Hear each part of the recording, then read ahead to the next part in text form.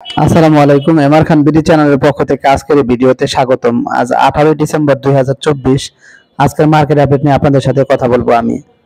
আজ অত দুঃখের সাথে বলতে হয় যে আজ মার্কেটের সূচকের পতন হয়েছে। আজ বাজার পর্যালোচনায় দেখা যায় আজ বুধবার ডিএসই প্রধান ব্যাংক সূচক 16 পয়েন্টের মতো হ্রাস পেয়ে অবস্থান করছে 5208 পয়েন্টে। অপরদিকে আমরা যদি ডিএসই 30 সূচক দেখি সেক্ষেত্রে দেখা যাবে যে আবার ডিএসই 30 সূচক 0.56 পয়েন্ট বৃদ্ধি পেয়ে অবস্থান করছে 1930 পয়েন্টে। আমরা যদি ডিএসই সরিয়ে সূচক দেখি সেক্ষেত্রে দেখা যাবে যে ডিএসই সরিয়ে সূচক 3.80 পয়েন্ট হ্রাস পেয়ে অবস্থান করছে 1162 পয়েন্টে। আজ ডিএসইতে 402 কোটি 43 লাখ টাকা শেয়ার ইউনিট লেনদেন হয়েছে, যা আগের কর্মদিবসের লেনদেন ছিল 450 কোটি 16 লাখ টাকা। আজ ডিএসইতে লেনদেন হওয়া 403টি প্রতিষ্ঠানের শেয়ার ইউনিট লেনদেন হয়েছে এবং দাম বেড়েছে 80টির, দাম কমেছে 258টির এবং দাম অপরিবর্তিত ছিল 66টি কোম্পানির।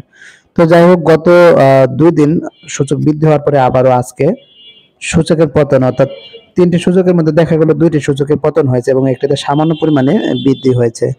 তবে যাই হোক, 2 দিন বৃদ্ধি পাওয়ার ফলে দেখা গেল যে কিছু কিছু বিনিয়োগকারীরা কিছুটা লাভে ছিল, যে কারণে তারা মুনাফা টেক করার জন্য সেল প্রেসার দিয়ে কিছুটা হলে মার্কেটে পতন হওয়ার প্রধান কারণ বলে আমি মনে করি। তো এখন যদি আমরা আজকে মার্কেট ইন্ডেক্স মুভার দেখি সেক্ষেত্রে দেখা যাবে যে মার্কেট পুলার বা সুযোগ বৃদ্ধিতে যাদের অবদান রয়েছে তারা কারা, তারা হলো Renata, Robi, GP, Pubali bank, power grid, Bex pharma, Midland bank, Anwar galvanizing, South East bank এবং আলাস টেক্সটাইল। সেক্ষেত্রে দেখা যাচ্ছে যে রেনেটা একাই 3 পয়েন্টের মতো, রবি ও জিপি 2 পয়েন্টের মতো, পূবালী ব্যাংক 2 পয়েন্টের মতো, পাওয়ার গ্রিড 1 পয়েন্টের মতো এবং বাকি সব 1 পয়েন্টেরও কম সূচকের বৃদ্ধি ঘটেছে। সেক্ষেত্রে রেনেটা 643 টাকা 60 পয়সা থেকে 657 টাকা 80 পয়সা, রবি 26 টাকা 60 পয়সা থেকে 27 টাকা 80 পয়সা, জিপি 320 টাকা থেকে 324 টাকা 20 পয়সা, পূবালী ব্যাংক 28 টাকা 30 পয়সা থেকে 28 টাকা 90 পয়সা, পাওয়ার গ্রিড 40 টাকা 40 পয়সা থেকে 42 টাকা 30 পয়সা, বেক্স ফার্মা 84 টাকা 50 পয়সা থেকে 85 টাকা, মিডল্যান্ড ব্যাংক 30 টাকা 40 পয়সা থেকে 31 টাকা 40 পয়সা, আনোয়ার গ্যালভানাইজিং 66 টাকা 20 পয়সা থেকে 71 টাকা 40 পয়সা, সাউথ ইস্ট ব্যাংক 8 টাকা 50 পয়সা থেকে 8 টাকা 60 পয়সা এবং আলাস টেক্সটাইল 117 টাকা 30 পয়সা থেকে 121 টাকা 90 পয়সা লেনদেন হয়েছে।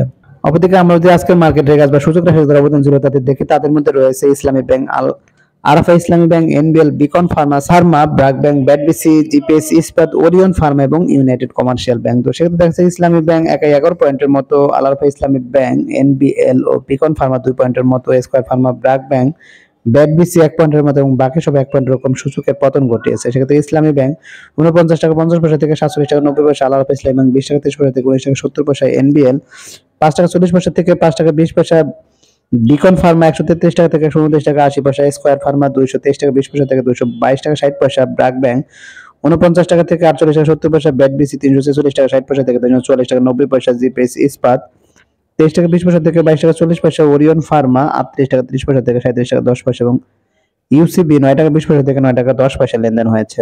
অবদিকে আমরা যদি আজকের মার্কেট রেগাস বা সূচক রাশি যারা অবদান ছিল তাদের দেখি, তাদের মধ্যে রয়েছে Mithun knitting, Anwar galvanizing, power grid, Robi, Desh garment, আলাস textile, information service network, Midland bank, standard ceramic এবং প্রিমিয়ার লিজিং। তো সেক্ষেত্রে দেখা যাচ্ছে মিথুন নিটিং মূলত আজকে হলটেড হয়েছে। অপরদিকে আনোয়ার গ্যালভানাইজিং 7% মতো, পাওয়ার গ্রিড, রবি 4% মতো এবং বাকি সবাই 3% মতো মূল্য বৃদ্ধি ঘটেছে। অপরদিকে আমরা যে আজকে টপ লুজার্স বা মূল্য শেয়ার কারা ছিল তা দেখি, তাহলে দেখা যাবে আজকে মূল্য শীর্ষে ছিল KPPL, new line, HR textile, Hamid, জুটি spin, Jahin spin, ICB, Reliance, AOL এবং আইসিআইসিএল। তো সেক্ষেত্রে দেখা যাচ্ছে কেপিএল 7%-এর মতো, অপরদিকে নিউল্যান্ড 6%-এর মতো এবং বাকি সবাই 5 থেকে 4%-এর মতো মূল্যের পতন ঘটেছে। এখন যদি আমি আজকে দিনের লেনদেনের শীর্ষে কারা ছিল তা দেখি, তাহলে দেখা যাবে আজকে লেনদেনের শীর্ষে ছিল Robi, ACME lab, Bangladesh shipping corporation, square pharma, Agni system, GP, dragon sweater, Orion infusion, Bex pharma এবং ফাইন ফুডস।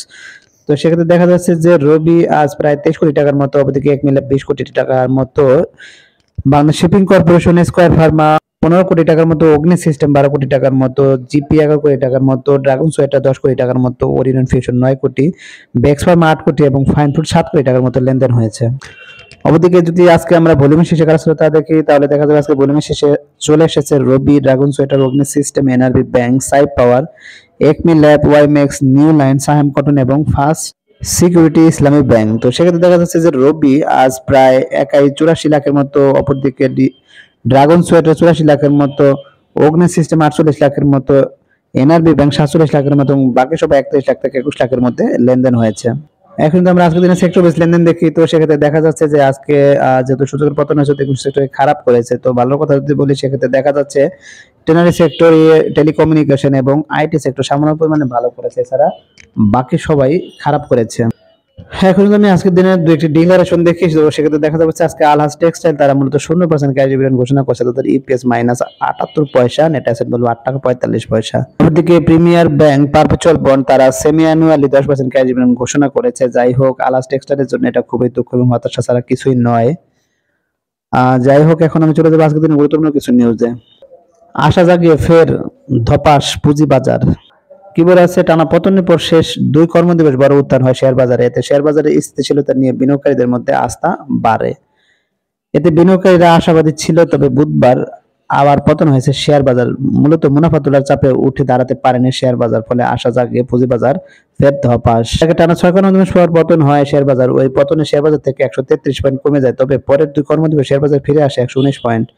6 দিনের পতনে বিনিয়োগকারীরা হারায় 14,329 কোটি টাকা মূলধন, তবে 2 দিনের উত্থানে বিনিয়োগকারীরা হারানো মূলধন থেকে 7,153 কোটি টাকা ফিরিয়ে আনতে সক্ষম হয়। তবে অর্থাৎ 2 কর্মদিবসে বিনিয়োগকারী হারানো পুঁজি অর্ধেক ফিরে পান। এতে বাজার নিয়ে বিনিয়োগকারীদের মধ্যে নতুন করে আগ্রহ তৈরি হয়। তবে বুধবার আবার পতন হয়েছে শেয়ার বাজারে। এদিকে পতনে শেয়ার বাজার থেকে বিনিয়োগকারীরা নতুন করে 60 কোটি টাকা হারালো। বাজার বিশ্লেষকরা বলছেন যে টানা পতনের পর মাঝে 2 কর্মদিবস উত্থানে শেয়ার বাজারে, এতে করে অনেক কোম্পানি শেয়ার দর বাড়ায় কিছুটা মুনাফা হয় বিনিয়োগকারীদের। এই মুনাফা থেকে কিছুটা তোলার জন্য একসাথে সব বিনিয়োগকারীরা শেয়ার বিক্রির প্রতি ঝুঁকে পড়েন। এতে চাপ সামলাতে পারেনি শেয়ার বাজার। তবে আগামী দিনগুলোতে শেয়ার বাজার তার নিজস্ব গতিতে চলবে বলে তারা আশা করেন। সেটা হয়তো অনুমেয় যে আগামীকালকে হয়তো মার্কেট আবার কিছুটা হলে ঘুরে দাঁড়ানোর সম্ভাবনা আছে বলে আমার মনে হয়। দেখা কি হয়, আসলে মার্কেট নিয়ে টানা টালমাটাল অবস্থার ভিতর দিয়ে যাচ্ছে। তো এখন আমি অপর একটি গুরুত্বপূর্ণ নিউজে চলে যাব। নেগেটিভ ইকুইটির প্রভিশন 2030 সাল পর্যন্ত বাড়ানোর দাবি।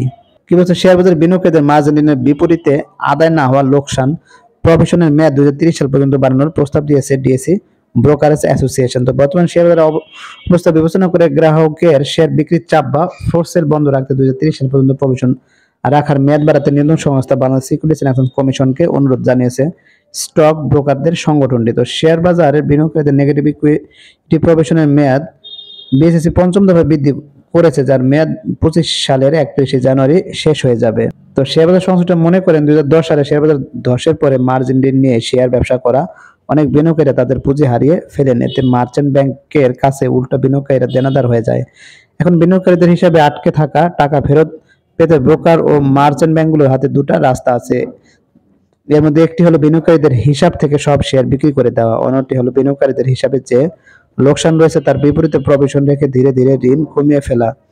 যদিও শেয়ার বিক্রি করে দিলে শেয়ার বাজারে বিক্রির চাপ বাড়বে এবং ব্রোকার ও মার্চেন্ট ব্যাংকগুলো মূলত ঋণাত্মক হয়ে যাবে। তাই এই সমস্যা সমাধানের লক্ষ্যে গ্রাহকদের মার্জিন হিসাবের অনাদায় ক্ষতির বিপরীতে প্রভিশন রাখতে মেয়াদ বাড়ানোর প্রস্তাব দিয়েছে ডিএসসি ব্রোকার অ্যাসোসিয়েশন। তো যাই হোক, প্রভিশনের মেয়াদ 30 সাল পর্যন্ত করা হয়, তো সেক্ষেত্রে বাজার হয়তো বা কিছুটা হলো ফোর্সের চাপ থেকে মুক্তি পাবে। তো যাই হোক, এটি একটি দীর্ঘমেয়াদী প্রক্রিয়া, তো সেটা হয়তো বা কর্তৃপক্ষকে ভেবে দেখতে হবে। তো হ্যাঁ, তো এখন আমি অপর একটি গুরুত্বপূর্ণ নিউজে চলে যাব। জেড ক্যাটাগরির বিনিয়োগকারীদের মাথায় হাত। 6 কর্মদিবস ধারাবাহিক পতনের পর চলতি সপ্তাহে 2 কর্মদিবস উত্থান হয়েছে। আজ বুধবার শেয়ার বাজারে আবারও পতন হয়েছে। এদিন ঢাকা স্টক এক্সচেঞ্জের প্রধান সূচক কমেছে প্রায় 16 পয়েন্ট। আজ পতনের শীর্ষ তালিকায় রয়েছে জেড ক্যাটাগরির শেয়ার, যেখানে শীর্ষ 10 পতনের শেয়ারের মধ্যে 7টি জেড ক্যাটাগরির, যার মধ্যে আবার শীর্ষ 3 শেয়ারই জাঙ্ক শেয়ার। তো পতনের শীর্ষ তালিকায় উঠে এসেছে Sabco spinning, Khulna printing and packaging, family textile, index agro, এজার textile, new land textile, Hami industries, Fareast finance association, oxygen, jute spin. তো শেয়ারগুলোর মধ্যে Sabco spin, Khulna printing and packaging, family textile, new land, Hami industries, Fareast finance, jute spinners Z ক্যাটাগরির। তো যাই হোক, Z ক্যাটাগরির share আসলে কিছুটা গ্যাম্বলিং এর মতো দেখা যায়, কখনো কখনো খুবই হতাশ করে, আবার কখনো কখনো দেখা যায় মূল্য খুবই বৃদ্ধি পায়। তবে জেড ক্যাটাগরিতে বিনিয়োগ করার পূর্বে অবশ্যই ভেবেচিন্তে বিনিয়োগ করা শ্রেয় বলে আমার মনে হয়। এখন আমি চলে যাবো অপর একটি গুরুত্বপূর্ণ নিউজে। ব্লকে 5 কোম্পানির বড় লেনদেন।